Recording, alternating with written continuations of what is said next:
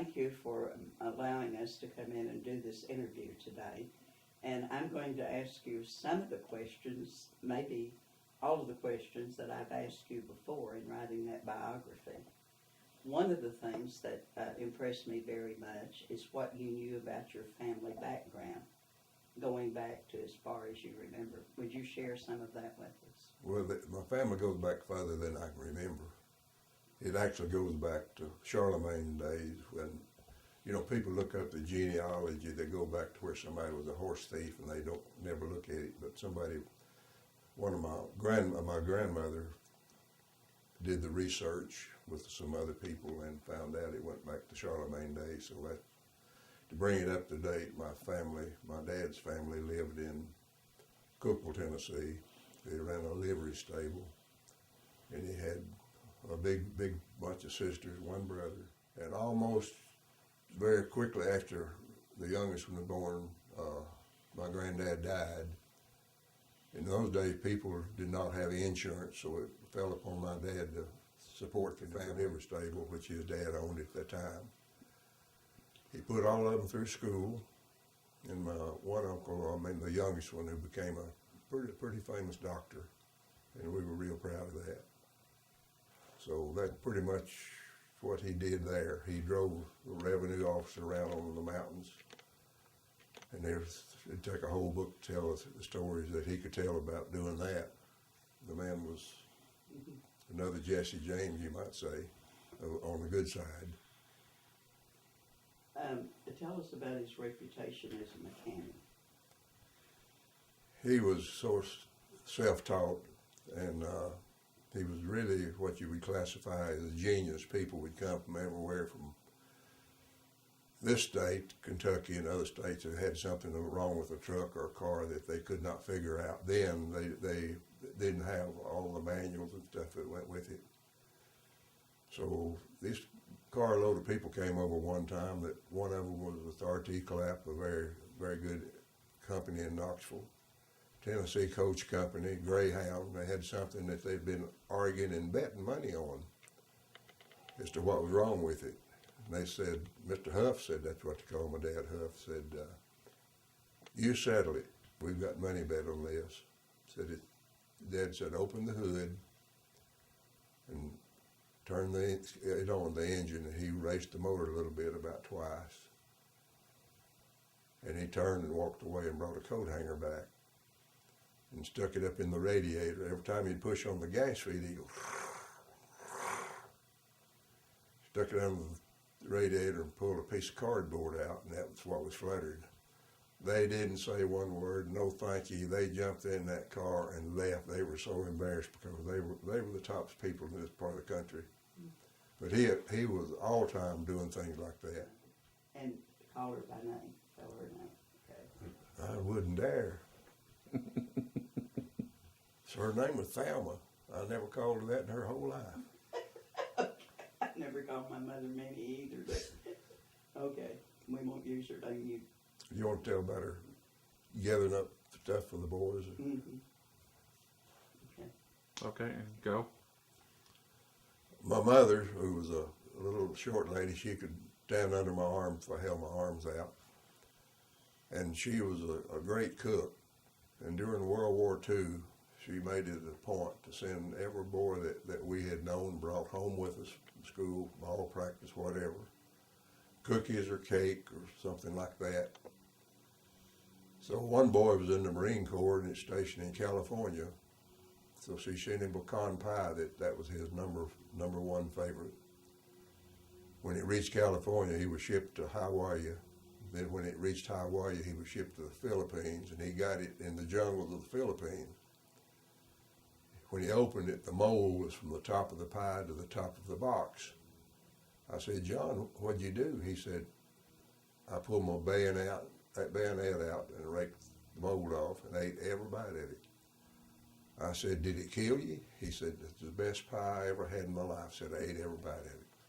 But she was forever and ever sending boys in service, home cooked food.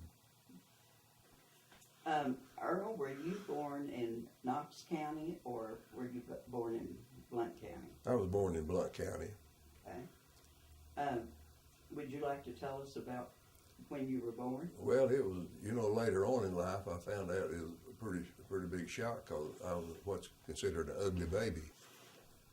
And my mother cried for 3 weeks, and she said it was because, I wasn't a girl. And I'd hate to think of what kind of girl I'd made the size I turned out to be and everything. But anyway, after 3 weeks, she just accepted it. Couldn't be a better parent than I had, could not be. And I guess I was probably a year old, and we moved to Knoxville in the Lincoln Park area, and I went to Lincoln Park Elementary School.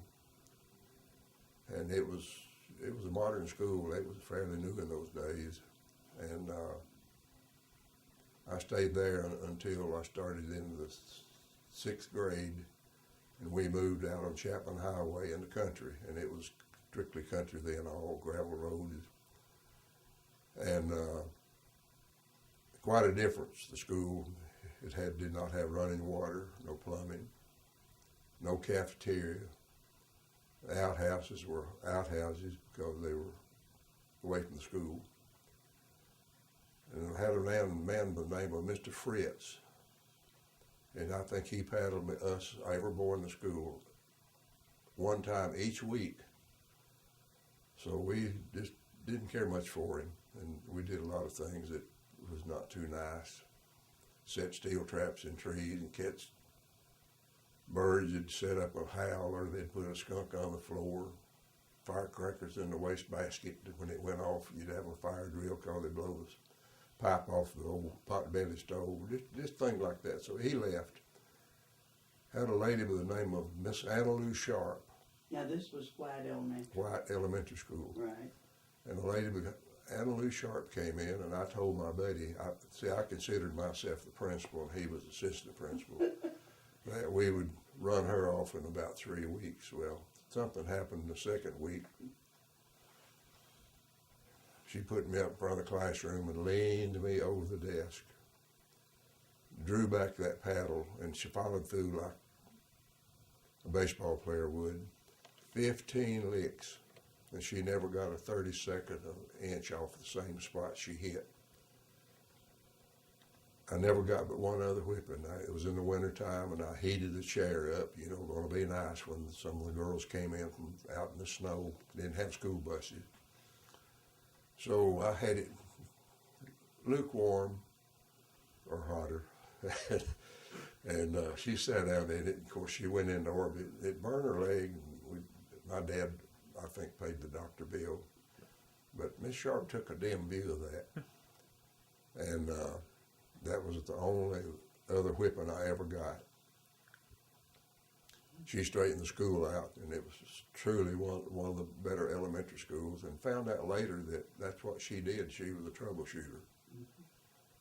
But I was with there until I graduated from the ready to go to high school. And I would have to say now she contributed more for what I later became in education, because she believed in being nice, strict, get the job done, and those things. And I was always sorry to this day that I didn't go back and see her, because after she retired, she ran a little daycare in town. And you don't take time to do the things in life that you really need to do. Right. And from there you went to Young High School. Went to Young High School, and tell about your first day at Young High School. I rode my dad's bus, and Mom dressed me up in some breeches of about 89% wool, pair of new shoes, new socks, and shirt. And it was about 150 degrees on that bus, and I sat down in a seat by myself, and lo and behold, we stopped and picked up this girl that was probably a senior, knew everybody, loud. I've never been so embarrassed in my life, and I sit there trying to figure out how I was going to keep from sitting with her that afternoon going home. So I decided I'd go out for football, so I didn't have to ride that bus, and never rode it again. So I played 4 years of football, 4 years of basketball, and never got on that bus again. weren't you captain of both teams at one time? Yes, yes. John Claiborne and I were captain my junior year, co-captains together. They elected both of us tied on it. He had to go to the Marine Corps, so I was captain that year, and in basketball too. And when you got ready to go on to college, you were drafted, right? I was drafted. Well, actually, they defer you from going to service until if you were in your last half of the school year. So I graduated and went in, I think, the next day. And how long did you serve in the Army? Just a year and a half, because the outfit I was in, when foreign powers heard we were on our way, they just gave up. And what was your job in the Army? I trained mules. Yeah. You can't find many people smarter than a mule. I mean, you know, that's a great big plus. They used them in the 10th Mountain Division in China and Italy to carry artillery. Mm-hmm. So that was a unique, and part of it was a ski patrol. The only ski patrol they had was the 10th Mountain Division. And when you came back, didn't you have some scholarships to go on to UT? I think it's where you began. I had 7 basketball scholarships, probably more than that. I just don't remember them all. And 7 football scholarships. So, but I went to Tennessee, and it was so big, and you had to really be a blocking dummy if you were good enough in order to get to play 1 year. But we came, there were 11 of us that left off a scholarship, not runoff. We wanted to do it on our own. Went to a little school in Spartanburg, South Carolina, Wofford College, and we got to play half of the first season, and then they ruled us all ineligible. They thought we would go back home because they'd never beaten it. One game the year before, and they thought it was a successful season. But it turned out it was the best move we ever made. Of the 11 that went over there, 10 of us graduated. Most of them did very well. A lot of them went back into military, but it was a great school. The academic standing school was in the top 10 in the nation, so it wasn't an easy school. And where did you do your first teaching, Earl? I got a job in Covington, Georgia, which was about 27 miles south of Atlanta, with a man by the name of Mr. Homer Sharp, who was without a doubt one of the premier principals that I ever knew in my life. Even people all over every place, you know, knew what kind of person he was, and he was a great person. And how long were you there? I was there 4 years, and then the job came open in Knoxville, which was always my love, and it came open at Powell High School. And who interviewed you for that job? Miss Doyle. So, had you met her before? Never. Okay. So I went in, and she was very nice, you know, and she knew my dad, and kind of, it was a warm greeting. So she, you know, she makes up her own mind. She don't turn and ask somebody what do they think. She said, "Would you like to have the job at the Powell?" I said, "Yes, ma'am, I would." She said, "What can you coach?" I said, "Basketball or football, or both." She said, "Okay." Said she quoted my salary. I think it was $2,300, I think, and I got $500 extra to coach girls basketball. Basketball and football, which brought it up a little bit. But before I left, I said, "Miss Doyle," I said, "I'd like to work on your typewriters for you. I understand you have about 350 to 400. I'll repair them for $1 a piece. I don't care what's wrong with them or how little's wrong with them. If they call me, I'll go fix them." She said, "That'll be fine, because I'm sure it was costing them about $10 an hour for somebody to go work on, or more. I'm sure more than that." And when I got ready to leave, everything was. She said, "Any other question?" I said, "Yes, ma'am." I said, "Have I been working for you long enough to ask for a quarter raise on those typewriters?" She said, "I believe you have." So she gave me a quarter raise, and we got along good for a long time. And how long were you at Powell? I was there until, I was there 4 years. 4 years. Yes.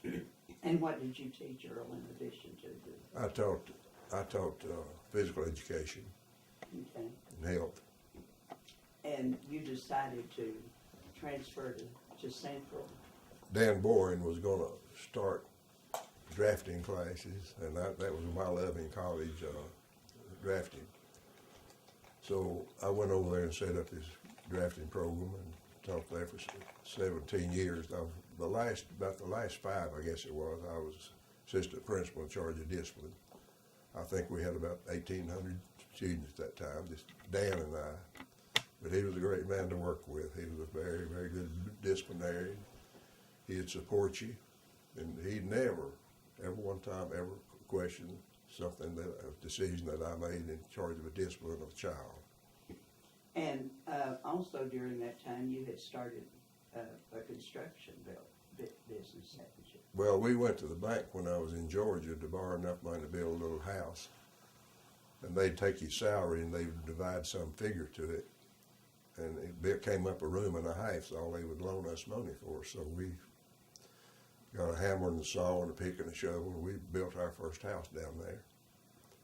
Then when we came up, we sold it. Came up here, we built another house up here and got into it that way. You had, I mean, all teachers really, unless both people worked in the family, they had to supplement their salary with something. And I was real lucky to get with a person by the name of J.D. Jett, who was a former player down at Powell, and he was just absolutely a good builder. He understood it, and a very, very conscientious person. Earl, in 1976, when you, the year of the election, why did you decide to run in that election? My real reason was all the schools that I visited while I was working on the typewriters and in sports and stuff, the condition of the county schools was just absolutely deplorable. And it seemed like it was impossible to get anything done through the maintenance department. And we paper, any kind of goods we needed that cost money, it was just a no-no. So I figured something had to be done, and I thought the only way to do it was just run for superintendent. I had no ambition to be a superintendent. I was happy doing what I was doing, but it just got where it was just an obsession with me. And you had some difficulty in getting on either the Republican ballot or the Democratic ballot. Well, neither one of them wanted me, and it didn't leave a whole lot of options to you other than running an independent, which is impossible to do. But I wanted to run as a Republican because that's who you had to beat, the Republican. That way it'd be over in the primary, so it didn't linger. So they wouldn't let me run as a Republican. I went to see Charlie Maynard, who was the law director. I said, Charlie, I don't understand it. I thought anybody had the right to run for public office. He said, well, you found out that that's not true, didn't you? Well, I never did understand the reason why, because I to this day think that anybody can run any party and change parties if they want to.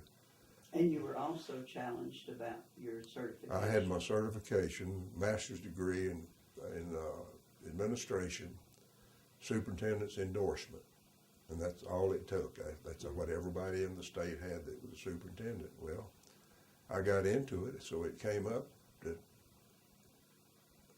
that was invalid because it was outdated. Well, there's no such thing as an outdated master's degree, Right. But to make a long story short, I had to sign up over at UT and take night classes. On a crash course, I didn't have that much time left. I went up in East Tennessee to a class that was offered, and I ended up getting, I guess I'm doubly smart. I have 2 master's degrees in the same thing. That's what I told everybody. And so you then tried to run in the Democratic. I didn't have any choice because after I got the degree, I went back to the Republican Party and I met with the Republican Election Commission board, and every one of them. This was to run it all, not necessarily to run as a Republican, but to run it all. And a lady on that board is the only one that said, that's not fair. Said he's not asking to be given the job as superintendent. He's asking for the opportunity to run. So it really embarrassed the rest of them. So I end up getting to run with their guarded blessings, I guess you might say. And you ran as a Democrat. I went to see Boyd McLeod. Somebody told me he was in the Democrat Party pretty strong. I said, Boyd, I need someplace to run. I said, the Republicans don't want me. And he said, I'll call you back. He called me back and said, you're running. So Preacher Mull, and I don't know, I'd hate to try to name some because I'd leave out some very important people in it. Right. And Miss Doyle had announced that she wasn't going to run at all. I had heard that, yes. And well, she announced it in the newspaper. I remember that. I didn't have time to read the papers Right. those days. And then, of course, she decided at the last minute to run. So you ended up running against Miss Doyle. The rumor was out that she was grooming Beecher Clapp for the job, and I didn't. And I was invited to go to the Republican Lincoln Day dinner. John Cox. We went over there, and somebody said, "That's Beecher over there in that white suit." So I get up and walk out and down there where I could look at him good, you know. And I looked at him, and I suppose not like him, but I liked him. Very, very, very nice, very neat person, intelligent looking. So that's when I made up my mind that, you know, that's good. That's who I'd be running against or working for. Mm-hmm. But anyway, that's pretty much the way that I got into it. And tell us about your first debate with Miss Doyle. Well, of course, her first question was, Mr. Hoffmeister, this is a Lincoln Day dinner, you know, said, and you're a Democrat. What are you doing here? I said, John Cox and his wife invited me. We've been friends for years. And Abraham Lincoln, to me, is one of the finest presidents we've ever had. And I'm here to honor him. Okay. Tell us a bit about how you ran your campaign. Well, I always just hated mudslinging. So, and I always admired Miss Doyle. It wasn't anything that I really could just come up and just say that you just do a lousy job or all this, that. And I was going to run on what I felt like I could do and get done. So that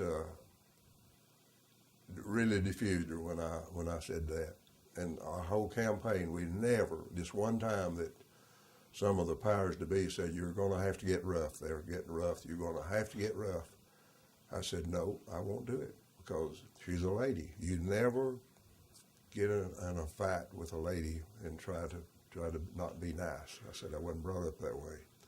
They said they'd hauled 175 people in to vote in the primary. I said, then I've got to see 175 people more today than I would have seen. And that was it. Okay. And let's move ahead because you definitely you were elected. Elected. In 1976 to the amazement of definitely the central office staff of Knox County, of which I was a part. And I think one thing kind of funny about that, the night of when the election was over, I went outside on the sidewalk to say a little prayer and cool off. It was hot in there. All we had was Coca-Cola. They had to buy those. We didn't have anything to give away. And y'all had that scrumptious dinner over at your place with all the food and everything in the world. And Miss Thor came by in her car. She didn't see me standing there, and I'm glad she didn't. But I knew that y'all hadn't enjoyed that food much. Yes, it was a very difficult situation. Yeah, I'm sure that it was. And none of us knew what to expect. But what was feared is that you would clear out that office in a hurry and bring in your own people. So tell us a bit about your first day on the job. I know that she didn't allow you to go. Well, let me go back a little bit to the campaign. One of the funny things that happened, Lawrence Majors, who I had known, who coached, I coached against him. He was at the Forks Road of Central Avenue Pike and Bricky, going to Bricky School. A big 4x8 sign had fallen down. So I stopped to help him put it back up as one of Miss Doyle's sign. And somebody came by and saw us doing it and thought Lawrence and I were tearing it down, and she called him in, really worked him over pretty good. But I put up several signs that she had, that got blown down. Okay, tell us about your first day at the central office. Okay, it was at the Fort Hill building. They were up on the, I guess, 4th floor. I rode the elevator, and it was real slow, and I'm glad it was, because I said a little prayer going up. Well, when it opened, there was Gina Finley at a desk right at the elevator. I went over and I said, "Excuse me, young lady," I said, "Are y'all hiring anybody today?" She says, "No, sir, we're not." I said, "Thank you." So I go back to Beecher Clapp. That's who I was supposed to contact. And he took me around and introduced me to everybody. When we got to her place, she almost passed out. She just turned ashen red, it embarrassed her. She embarrassed her to this day if you mention that. She's embarrassed. And you did not know Beecher at that time? No. What conversation did you have with them? I said, "Beecher," I said, I know a lot of the people. I know y'all's reputation with your reading programs, which is a real number one with you all. And I said, I have no changes to make in central office until I've been here long enough to I think you can do what you can't best. I said, I made one campaign promise, and he was an undertaker. That's the only one, that's true, the only one that I made, that I'd try to help him find some kind of employment. Well, I knew that y'all didn't have an undertaker, so that was off the hook. Okay. And that's pretty much the introduction. Then I started visiting the schools, and he went with me on a lot of them, and different people showed me around. And I could tell it was a hand-picked staff, because I knew Miss Patterson. I knew that Miss Doyle just turned her loose with the first 3 grades. She said she wants the best people she can have, because the beginning dictates the end in education. That was her philosophy, and she did a wonderful job. Of course, I'd known her, back when I was working on typewriters and everything, and I was real fond of her. And what about Faye Cox, who was Miss Doyle's secretary? I went into the office when he'd introduced me as Miss Doyle's secretary. I said, "Miss Cox, if you don't have any place to go, I sure wish you'd stay with me, because I need you a whole lot worse than you need me." So she stayed for my entire 16 years.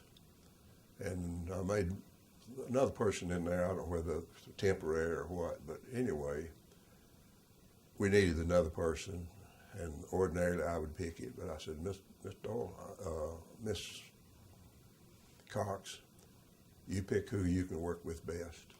So she picked Elizabeth Wells.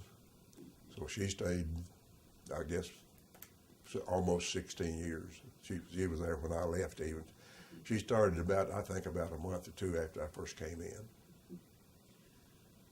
Earl, when a group of old Knox County people get to talking, they would always talk about the way that you manage people, that it was not out of any textbook or college course. I was an on-reader. It was a pure Hoffmeister. Would you tell about the parent that came in that was so angry because his son had gotten into some trouble at the school, and the father came in and told you that his son didn't lie and wanted you to do something about what had been done at the school? At that time, any person that had an objection to something, bring it to central office, and at that time Pete Lost was chairman of the board, and we met with them a certain day of the week, and anybody that had a complaint, we handled it. And people say, "How do you have time to do it?" But I had a lot of faith in principles. Lots of times, and the way Miss Cox and other secretary, Elizabeth, just 2 or 3 days, just a cooling off period solved a whole lot of your problems, because they'd realized that, they were. But one of them came up there that his son had told the teacher something, that he didn't lie. I said, well, you know, that's kind of unusual. I said, would you mind stepping out of the room a minute and let me talk to your boy? He went out of the room, came back, and I said, I think your son has something to tell you. He told him, said, yeah, Daddy, I lied. And the man just thanked me. I don't, and I several times, one time on a drug deal like that, you know, Pete Lotz, one of his close neighbors, was let out of school because of using drugs. And he came up there and said, my child didn't use them. So anyway, I said, well, would you mind stepping out of the room? And I told that girl, I said, come over here and look out that window. She looked out that window, and pot burns 3 times hotter than a cigarette, and your eyelashes will be singed on the end, you know, real bad. I said, when your daddy comes back in there, I want you to tell him the truth. I said, you do use pot, and you have used it recently, and you tell him the truth. He came in there, said, yeah, Dad said I was lying to you. And that was Pete's neighbor. He wanted me to put that girl back in school. So we did. We held pretty firm on it. I remember also hearing about a teacher, a new teacher down in one of the schools, and she just couldn't do anything that would please the principal. And the supervisor had made different suggestions, and it hadn't made any difference. And you came up with a very unique way of handling that problem. Well, I was going to visit all the schools, so this was down in West Knoxville. And I told the lady that had told me this, she was a teacher there, when I come to your school, you tell that girl, whenever I come to her room, just come up and put her arms around me, just like we were just old friends. Ask me about my parents, and I'd ask her about hers. Every door we come to, I thought, this is it, this is it. We finally came to one. This girl came up and did just exactly what I told her. We just acted like we were old friends. She won the Teacher of the Year award that year and was voted outstanding teacher the next year without ever having to get after the principal. Right. But the best one, Alan Morgan tells about me, and I'd forgotten it. A little girl a parent came to his school when he was principal at Powell. I put him there. That was one of my first moves. And he said this red-headed girl came in, chubby, with her daughter, and they looked alike. Said she cussed me up one side and down the other, and spit me out. Said, I'm going to the superintendent, and I'm going to tell him what I think about you and this school and the whole shooting match. She said that she's on her way. So I looked out there, it was about 9 o'clock, and there sat this woman. Frizzed up hair, just like Alan described her. And I went up behind her and said, excuse me, young lady, but I will not be able to talk to you until your mother gets in here. She said, I am the mother. I said, you could not be. You're too young and attractive to be. I said, you should have been a cheerleader. She left there the happiest woman I ever saw. Never did it even push the point that her daughter didn't get it. And Alan said that was the slickest thing because he was going to take pride in me getting my table chewed out. Yeah. But they always accused me of not being very smart, which I accepted. But they accused me of being wise. And, you know, I got to thinking about that. I don't know of any place in the Bible they talk about somebody being smart, but there are a lot of wise people in it. So I took that as a compliment. Oh, I know, Earl, that there's a lot of achievements that we can talk about. But one of the big areas was the fact that, as I remember, you either built or renovated or expanded about 17 schools while you were superintendent. My first visit to schools, I saw up in East Knox County, deplorable. I'm talking about dangerous, and in halls and other places scattered around. And I knew something had to be done.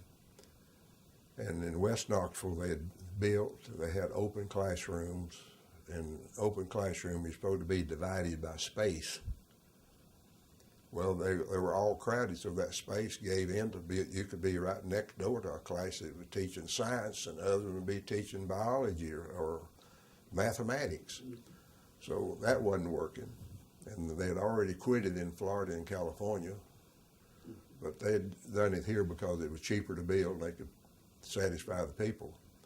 So I got a bus, and I invited the PTA and the people that were really vocal about the schools down in West Knoxville and what they needed, and they did need them.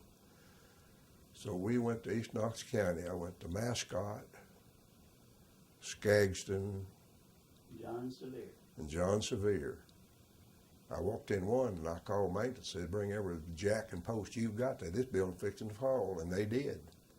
Well, when we got back, it was a quiet ride. I mean, after we showed them what they had, it was a quiet ride. They said, Mr. Hoffmeister said, until you can do something for these people up here, you won't hear from us. And that was unusual, because usually we want what we want for our kids. But they were real patient, and we got to working on those classrooms and end up doing over $200 million worth of renovation and new construction without having to raise taxes, because Mr. Doyle was fortunate to get a certain portion of the tax money given to schools, and we worked on that, and we could use that money because at that time interest rates were 10, 15, 20%, going up higher all the time. So if you waited, building supplies were going up, so about every third or fourth school you built, it really didn't cost you anything. But we had a good building program. Well, in 1987, when the city of Knoxville just decided to go out of the school business, and suddenly it really had an effect on Knox County schools. Tell us about that. We had, of course, the building program that I mentioned, and the city, they had run out of money and no way to get it. And I mean, they cared too, but there just no way they could do it. So we, and I knew a whole lot of the people at that time, a whole lot of people, and they had some very, very good people. But the things that we had to do with the merger, well, it wasn't a merger. They just went out of business and brought us the deeds to all the property. And that was what, 57 schools? I think so. Yeah, we ended up with about 95 schools altogether. And so 50,000 students. I take George Widby, and we visit all the schools and looked at the problems we had, and he was very good. It's odd that he was very knowledgeable, because he was in charge of the same job that Shumpert had when we hired him for the county schools, and he did a real good job. They had good people in the school, but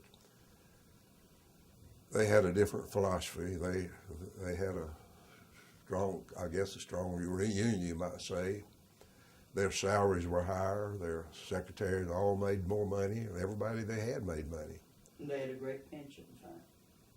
Absolutely, one of the better pension plans. And there are people today still collecting off of that. Benefiting from that. And we went to court, I don't know how many times, like on the salaries, our people, our principals, we could move them if they were having a problem, something someplace, we could move them laterally. We could move them down as long as we didn't cut the salaries, you know, and you couldn't do that. We had to put them in the same level that they were, whether it was the principal of the school or whatever. Right. And it created some problems because ours didn't have that. Well, their union, you might want to say, everything that they had in the pension fund and everything, we had to honor every bit of it. We went to the state Supreme Court so much I got where I could just, well, we never won one single case. We had to do everything that the city schools had put in all those years. Right. But if you weren't successful with that, the merger itself was very successful. Yeah, because they had a lot of good teachers. And as I recall, Thomas Shumpert made the comment that you all tried to make sure that neither the students nor the teachers or the quality of education was compromised in any way as you worked out this merger. And you were elected in 1988, so. Yeah, then the next time I got a free ride, so people, they were pretty well satisfied that we did the best we could do with the revenue that we had. So you retired in 1992. 96, yes. Was it 96 or? No, 96. All right. Well, Earl, thank you very much for your time and getting this on record so that people in the future can know a bit about But your administration. one thing, Benna, that we did by not moving people just because of, we evaluated them a year because I couldn't do anything on that central office staff that would increase the people to do more or better than they were doing. They were great, and I had no promises to make, which was, I think I felt good about that, and I happen to think, the reason nobody made me promise to give me this job or that job, they didn't think I was going to get elected. Right. Okay. Well, thank you again, Earl. Thank you, and thank you for doing this because it was a history of a school system, and